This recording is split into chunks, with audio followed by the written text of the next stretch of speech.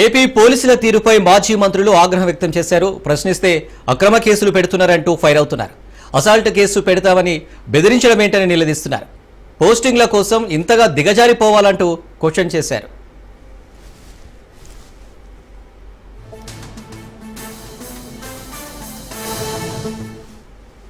విడుదల రజనీపై చిలకలూరిపేట సిఐ సుబ్బారాయుడు కీచకుడలా వ్యవహరించాడని మాజీ మంత్రి పేర్ని నాని నిప్పులు చెరిగారు.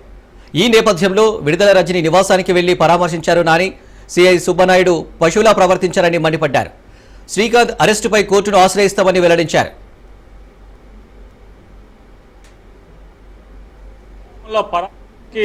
వెళ్లిన నేపథ్యంలో పరామర్శ చూసుకుని ఆవిడ తిరిగి కారు ఎక్కుతుంటే చిలకలూరిపేట రూరల్ సర్కిల్ కి సంబంధించినటువంటి సుబ్బనాయుడు అనేటువంటి ఒక సర్కిల్ ఇన్స్పెక్టర్ సభ్యత సంస్కారం మర్చిపోయి చట్టం మర్చిపోయి ఒక మహిళ పట్ల ఏ రకంగా దురుసుగా ప్రవర్తించాడో చూస్తే కాకి బట్టలు వేసుకున్నటువంటి అధికారా లేదా కాకి బట్టల మాట అహంకారం బట్టలు తొడుక్కొచ్చిందా లేదా రాక్షసత్వం బట్టలు తొడుక్కొచ్చిందా అనేది వాళ్ళ మనం ఆలోచించుకోవాల్సినటువంటి అవసరం మనకు కనపడుతుంది. మీరు ఎటువంటి నేరంలో అయినా అరెస్టు చేయదలుచుకుంటే ఖచ్చితంగా అయితే ఎఫ్ఐఆర్ చూపించాలి లేదా నోటీస్ ఇవ్వాలి. ఎటువంటి కాగితం చూపించడు, ఎటువంటి కారణం చెప్పడు. నా ఇష్టం, నేను అరెస్టు చేస్తా, ఎవడ ఆపుతాడు, అవసరమైతే అసాల్ట్ కేసు పెడతా అంట రజనీమ్మ గారి మీద. ఆవిడ కారులో ఆవిడ కూర్చుని ఉంటే ఆ డోర్ లాగి ఆవిడ్ని బయటికి లాగుతాడు. మహిళ అనేటువంటి విచక్షణ లేకుండా ఎలా పడితే అలా ప్రవర్తిస్తాడు, మీద పడతాడు. మన ఇంట్లో ఆడవాళ్ళు లేరా, ఇంట్లో తాడి కట్టిన వాళ్ళు లేదా, జన్మనిచ్చిన వాళ్ళు లేదా, తోడబుట్టిన వాళ్ళు లేరా? ఎలా పశువులాగా ప్రవర్తిస్తాం? చట్టం నీ ఇష్టం, ముద్దాయిలను అరెస్ట్ చేసుకుంటావు. ఒక శ్రీకాంత్ రెడ్డిని కాకపోతే మా పార్టీలో ఉన్న లక్షల మందిని వేసుకుంటారు, మేము రెడీగా ఉన్నామని చెప్తున్నాం కదా 10 సంవత్సరం నుంచి. మీ ఇష్టం వచ్చివ్వండి, మీ ఇష్టం, మీ చేతనైంది మీరు చేసుకో. మీకు అధికారం ఇచ్చారు ప్రజలు కదా, మీకు అధికారం ప్రజల్లో ఏ మాట చెప్పారో ఆ మాటని నెరవేర్చలేరు, ప్రజలకు మంచి చేయలేరు, ఊళ్ళు బాగు చేయలేరు. ఏం చేస్తారా అంటే వైఎస్ఆర్ కాంగ్రెస్ పార్టీ వాళ్ళని అరెస్ట్ చేస్తారు, చేసుకోండి, మేము రెడీ అంటున్నాగా. పారిపోయేవాడు ఎవడున్నాడు? వైఎస్ఆర్ కాంగ్రెస్ పార్టీ కార్యకర్త జెండా మోసేవాడు. నువ్వు కేసెడతా అంటే పారిపోయేవాడు ఎవడు? స్టేషన్కి ఎదురొస్తామని చెప్తున్నాం కదా. కాకపోతే పద్ధతిగా చట్టం మేరకు చట్టానికి లోబడి ఎందుకు నన్ను అరెస్ట్ చేస్తున్నావు, నేను ఎందుకు పోలీస్ స్టేషన్కి రావాలి, నా మీద కేసు ఏంటి, ఏ సెక్షన్లతో ఎఫ్ఐఆర్ నమోదు చేశావు, నా మీద ఎవడు ఫిర్యాదు చేశాడు, ఫిర్యాదు సారాంశం ఏంటి, ఏ రకంగా నేను చట్టానికి లోబడి నేరానికి చేసినట్టుగా నా మీద అభియోగాలు నమోదైనవి నాకు చెప్పాలి కదా. ఇది చట్టం చెప్తుంది కదా. ఏమీ చెప్పకుండా రాక్షస రాజ్యంలాగా ఒక మహిళా మాజీ మంత్రిని డోర్ పట్టుకుని నువ్వు కారు దిగని చెప్పని కారులోంచి బయటికి లాగుతావు. రజనమ్మ గారి సంఘటన దాంట్లో సుబ్బనాయుడు లాంటి వాళ్ళు ప్రవర్తన తీరు కానీ ఖచ్చితంగా ఈ గంజాయి మొక్కల్ని కంట్రోల్ చేయాల్సినటువంటి లేదా కలుపు పెరికినట్టు పెరకాల్సినటువంటి అవసరం పోలీస్ వ్యవస్థ నడుపుతున్నటువంటి ఉన్నతాధికారుల మీద ఉందనేది వారు గుర్తించాలని చెప్పని డిమాండ్ చేస్తున్నాం. మాజీ మంత్రి విడుదల రజనీ అనుచరుడే శ్రీకాంత్. అయితే శ్రీకాంత్ను అరెస్టు చేయడంపై విడుదల రజనీ ఆగ్రహం వ్యక్తం చేశారు. ఎందుకు అరెస్టు చేస్తున్నారో చెప్పాలని రజనీ డిమాండ్ చేశారు. దీంతో సిఐ సుబ్బనాయుడు పక్కకి పో అని అనడమేంటని విడుదల రజనీ ప్రశ్నిస్తున్నారు. తనను పక్కకి నెట్టేశాడంటూ ఆరోపించారు. ఇకనైనా కూటమి ప్రభుత్వం సిఐ సుబ్బనాయుడుపై చర్యలు తీసుకోవాలంటూ డిమాండ్ చేశారు.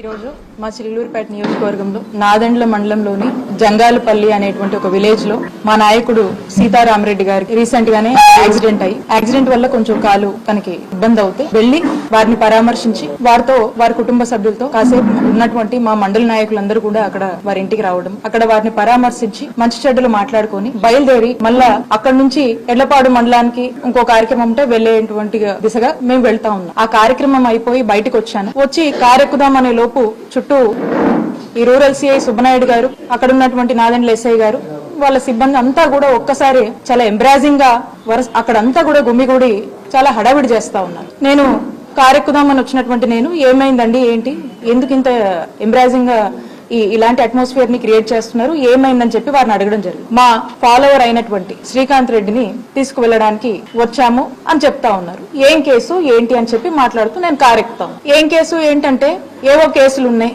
చెప్పాలా మీకు? ఉన్నాయి, కేసులు ఉన్నాయి, ఎఫ్ఐఆర్లు ఉన్నాయి, ఇంకేవో ఉన్నాయి, మేము తీసుకెళ్లాలి, అరెస్ట్ చేయాలి అని చెప్పి మాట్లాడుతుంటారు. సరేనండి, అలా ఏమన్నా ఉంటే మేమందరం కూడా వస్తాము, మా నాయకులందరూ కూడా ఉండి మేమందరం కూడా వస్తాము. ఏం కేసు ఏంటి దాని వివరాలు ఇవ్వండి, ఖచ్చితంగా అట్లాంటిది ఏమన్నా ఉంటే ఖచ్చితంగా వస్తాం. మీరు ఇప్పటి వరకు ఎన్ని అరెస్టులు చేయలేదు, చిల్లూరుపేట నియోజకవర్గంలో ఎంతమందిని జైలు పాలు చేయలేదు. మీరు చేసేవి ఎక్కడ కూడా మీరు చేయాల్సినటువంటి ఇల్లీగల్ కేసులు మీరు కట్టారు, మీరు చేయాల్సినటువంటి అరెస్టులు చేశారు, జైలుకి ఇవ్వాల్సినవి మీరు చేస్తానే ఉన్నారు, మేము కూడా చూస్తానే ఉన్నాం. ఈ రోజున స్పెసిఫిక్ గా ఏంటండి కారణం ఏంటి, ఏం ఎఫ్ఐఆర్ ఉంది, దేని తాలూకా అని మేము డీటెయిల్స్ ఇవ్వండి, ఖచ్చితంగా మేము సహకరిస్తామని మాట్లాడుతుంటే సుబ్బనాయుడు గారు తను ఒక సిఐ అనేది కూడా పక్కన పెట్టి ఒక టీడీపీ కార్యకర్త మాదిరి ఏ విధంగా కూడా అక్కడ ఒక మహిళనని, ఒక మహిళా మంత్రిగా పనిచేశాను గతంలో అని, ఇక్కడ శాసనసభ్యురాలుగా కూడా పనిచేశాను అనేటువంటి విషయాన్ని పూర్తిగా కూడా పక్కన పెట్టి నన్నే థ్రెటనింగ్ చేస్తూ ఆఖరికి ఏ విధంగా కూడా తను మీరందరూ కూడా చూశారు, ఆ వీడియో అందరూ చూశారు, ఏ విధంగా మీదకి వచ్చి నా కారు దగ్గర నేను ఉంచిన, నా కారు నేను ఎక్కుతుంటే నా సీట్ లో ఉంచి తను నన్ను అక్కడి నుంచి అసలు ఏం పదాలు వాడాలో కూడా మనకు అర్థం కావట్లేదు. అలాంటి బిహేవియర్, అలాంటి నేచర్ ని తను ప్రదర్శించి ఒక మహిళ అనే మినిమం కర్టసీ కూడా మర్చిపోయి అతను మీదికి వచ్చి ఏ విధంగా నన్ను ఇబ్బంది పెట్టి కారు నుంచి బయటికి లాగేటువంటి ప్రయత్నం చేశారు మీరందరూ కూడా చూశారు. పైగా మీరు ఇంకా ఇలానే గనక ఉంటే మీ మీద అసాల్ట్ కేసులు కడతాము ఇంకేదో అని చెప్పి థ్రెటనింగ్ మోడ్ లోనే మీరందరూ చూశారు. అప్పటికి ఎక్కడ కూడా బ్యాలెన్స్ తప్పకుండా మాక్సిమం బ్యాలెన్స్ సిఐ గారు ఏంటిది, సిఐ గారు అని చెప్పి తనకిచ్చే మర్యాదలో ఎక్కడ కూడా తగ్గకుండా సిఐ గారు ఏంటిది అని అంటానే ఉన్నాయి. ఏ మాత్రం కూడా పట్టించుకోకుండా ఏ విధంగా కారులోకి ఆయన జొరబడే ప్రయత్నం చేస్తూ ఈ విధంగా అరెస్ట్ చెయ్యొచ్చా అనేటువంటి ఒక అరెస్ట్ గా ఈ రోజు ఈ రాష్ట్రంలో ఈ అరెస్టును మనం చూడొచ్చు. మొదటి నుంచి కూడా ఆ సందర్భంలో తనకి ఏవేవో ఫోన్లు వస్తానే ఉన్నాయి, మా ప్రెజర్స్ మాకున్నాయి. ఇక అదే మరి ఎవరి మెప్పుల కోసమో ఈ విధమైనటువంటి ధోరణి, ఈ విధమైనటువంటి ప్రవర్తన, తను ఒక యూనిఫామ్ లో ఉన్నటువంటి సీఏగా తను మర్చిపోయి నేను ఒక ఎక్స్ మినిస్టర్ గా పనిచేసిన ఒక మహిళననేటువంటి విషయాన్ని పక్కన పెట్టి ఎటువంటి నేచర్ తో తను బిహేవ్ చేశాడనేది ఈ రోజు రాష్ట్రం అంతా ప్రజలందరూ కూడా చూస్తా ఉన్నారు. కూటమి ప్రభుత్వం అధికారంలోకి వచ్చిన దగ్గర నుంచి చూస్తా ఉన్నారు. నేను ఒక ధర్నాకి వెళ్ళి ధర్నాలో మా క్యాడర్ పార్టిసిపేట్ చేస్తే మా మీద కేసు కడతారు. ఇంట్లో ఉన్నటువంటి మా మామయ్య గతంలో కూడా చెప్పాను దాదాపు 80 సంవత్సరాల వరకు ఉంటాడు, ఆయన మీద కేసులు కట్టారు. ఈ రోజున మా మరిది జైల్లో ఉన్నాడు, నా మరిది జర్మనీలో ఉంటే అతని మీద కూడా కేసులు కడతారు. ఒక 3 రకాల కేసులు ఎంచుకున్నారు. కత్తి చూపించడం ఎక్స్టార్షన్ కేసు, కట్టు కేసులు పెడుతున్నారు. ఏదైనా బ్రైబ్ అని చెప్పి అదొక కట్టు ఒక కేసు పెడుతున్నారు. లేదా ఇక ఎవరినో ఏదో అన్నారని జెంట్స్ కి అయితే ఒకలాగా ఇంకొకలాగా ఎస్సీ ఎస్టీ కేసులని ఇంకోటని రకరకాలుగా కథలల్లి ఈ రకమైనటువంటి కేసులతో ఇక్కడ చిలకలూరుపేటలో వైఎస్ఆర్ కాంగ్రెస్ పార్టీ సంబంధించినటువంటి నన్ను గాని, మా ఫ్యామిలీ మెంబర్స్ గాని, ఇక్కడ ఉన్నటువంటి మా ఫాలోవర్స్ అందరినీ కూడా ఏ విధంగా వేధిస్తున్నారు అనే దానికి నిదర్శనమే ఈ రోజు ఈ అరెస్ట్ ను కూడా మీరు చూడాల్సినటువంటి అవసరం ఉంది. ఇంత దారుణంగా ఒక అరెస్ట్ చేస్తారనే దానికి ఈ రోజు రాష్ట్ర ప్రజలందరూ కూడా చూస్తున్నారు, మీడియా వాళ్ళు కూడా చూస్తా ఉన్నారు. చాలా మంది ఏంది ఇట్లా చేస్తున్నారని చెప్పేసి, ఏంది ఇట్లా చేస్తున్నారు, మరి ఇంత మితిమీరిపోయారు, ఏంటిది, ఏం ద్రోహం చేసే, ఏంటి అసలుకి మనం చేసిన తప్పేంటి?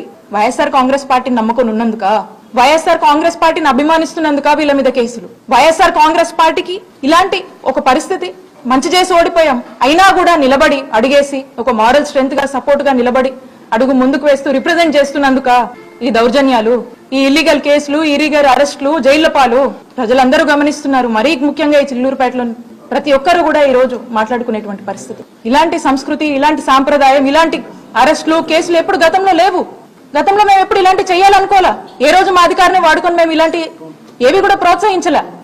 అప్పటికి నాకు ఇన్స్టిట్యూషన్స్ మీద గౌరవం ఉండి, నాకు ఒక పోలీస్ ఆఫీసర్, యూనిఫామ్ లో ఉన్నటువంటి పోలీస్ ఆఫీసర్ అనేటువంటి గౌరవం నాలో ఉండి, నాలో కల్చర్ ఉండి, నాలో ఒక రెస్పెక్ట్ ఉండి, అప్పటికి నన్ను నేను రిస్ట్రైన్ చేసుకొని నేను గౌరవప్రదంగానే నేను అప్పటికీ నేను కన్వే చేస్తున్నా కూడా మరి వినకుండా ఏ విధంగా సిఐ గారు మితిమీరిపోయి ఏ విధంగా ప్రవర్తించారో అందరు కూడా చూస్తా ఉన్నారు. ఖచ్చితంగా రాష్ట్ర ప్రజలు అన్ని గమనిస్తున్నారు, అందరికి కూడా అర్థమవుతా ఉంది. కాబట్టి ఎక్కడా కూడా మీరు ఇవి చేసిన ఇంకా ఇన్ని మీరు ఇబ్బంది పెట్టిన నేను మీకు కనబడొద్దు, ఇక్కడ నేను ఈ నియోజకవర్గంలో తిరగొద్దు, ఇదే మీ కాన్సెప్ట్. ఇదే ఇక్కడ కనబడొద్దు, ఇక్కడ ఉన్నటువంటి వైఎస్ఆర్ కాంగ్రెస్ పార్టీ కార్యకర్తలకు భరోసాని ఇవ్వద్దు, వాళ్ళకు అండగా ఉండొద్దు అనేటువంటి ఒక కుట్రలో భాగంగానే మీరు ఇవన్నీ చేస్తున్నారని స్పష్టంగా అర్థమవుతుంది. అయినప్పటికీ కూడా మేము ధైర్యంగా ఉంటాము.